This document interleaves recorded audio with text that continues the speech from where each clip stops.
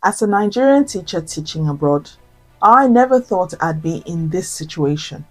One minute I was preparing dinner after a long day at the school. The next thing I had social services at my door telling me my child had accused me of hitting her, and just like that, my world turned upside down.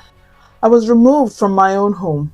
My daughter was placed with a family friend, and then came the worst part, the police investigation, the referrals, and the realization that as an immigrant, my entire future in this country could be at risk.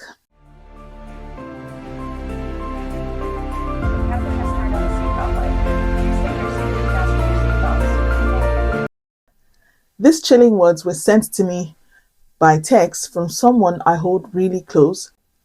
If you're an African or immigrant parent abroad, especially working in the diaspora as a teacher or doctor or anyone working with vulnerable people, this is the video you didn't know you needed.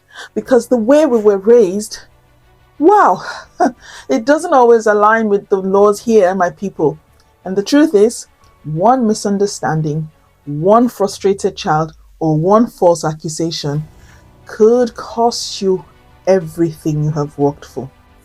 Before we begin, please like this video, subscribe, and turn on the notifications, because this is a conversation we all need to have, whether we like it or not. First, parenting abroad is a different game. Because let's be real, many of us were raised in homes where discipline was strict. Spare the rod and spoil the child? Or, as someone said to me recently, correcting with love, right? A slap on the hand, kneeling down for hours, maybe even a belt here or there.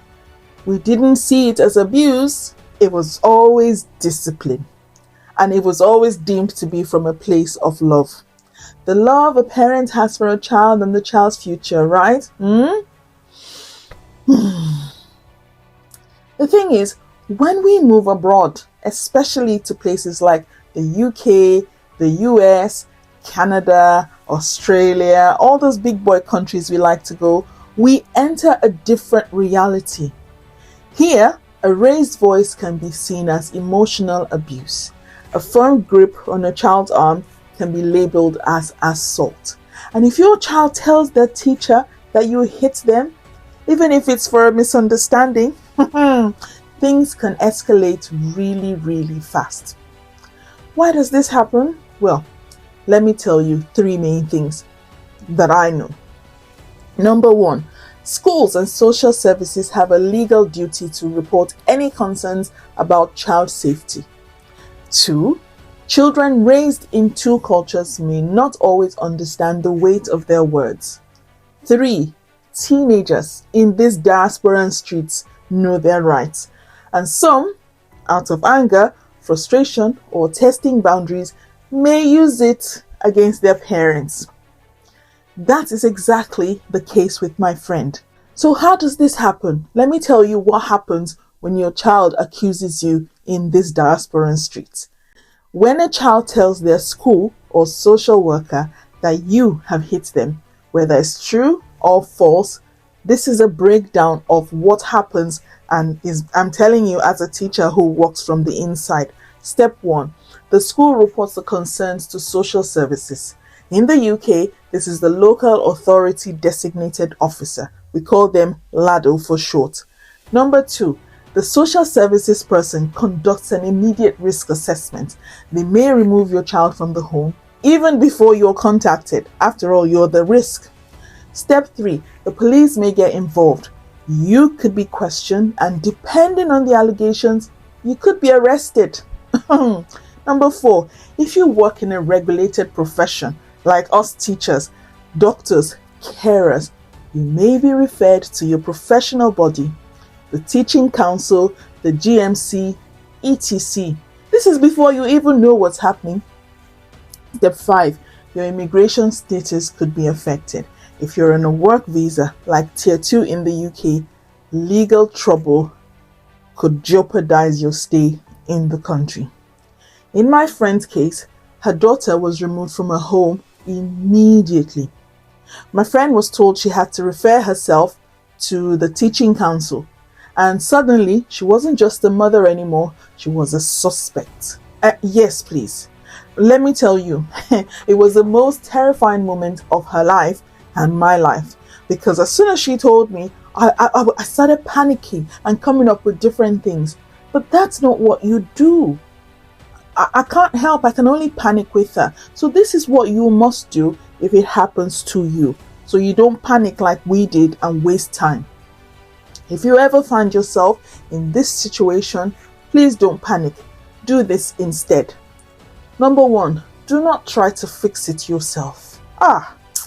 Many African parents think they can just talk to the teacher and explain and everything will be fine. No, please. Once social services are involved, this is no longer a family matter. So run, don't walk. Get help immediately. Number 2, get a solicitor. Hey, fast. A family law solicitor will help you through the child protection process. If you work in a regulated profession, get legal advice for yourself from the teaching council or any professional referral body.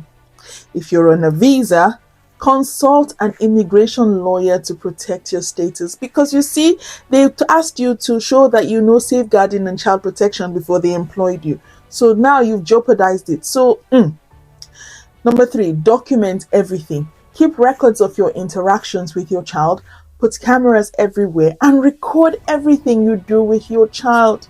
You can play it back to see if you need to be more reflective too. But most of all, have evidence to show the authorities that that child is not giving them the true picture. And if your child has a history of false claims or lying, get character references from teachers, doctors, or family friends. Please. My friend learned the hard way that even a small misunderstanding can spiral out of control. But knowledge is power. The more you know, the better you can protect yourself. Please, my people. So what are the parenting strategies to prevent this problem?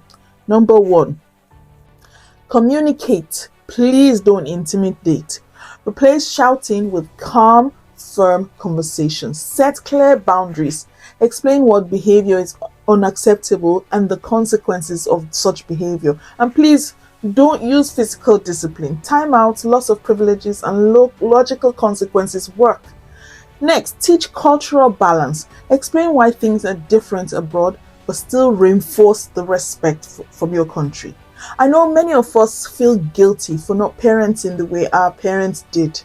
I do. And we feel like people back home will say we have destroyed these children. But let me tell you something.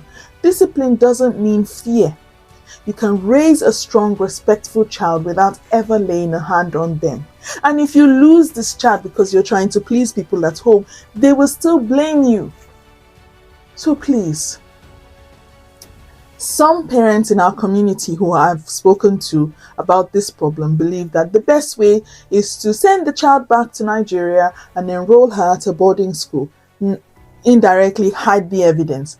My answer has always been an emphatic no whenever they suggest this. And this is because I know removing the child would only make you look guilty. When they come to look for the child is gone. Suddenly, how would you explain?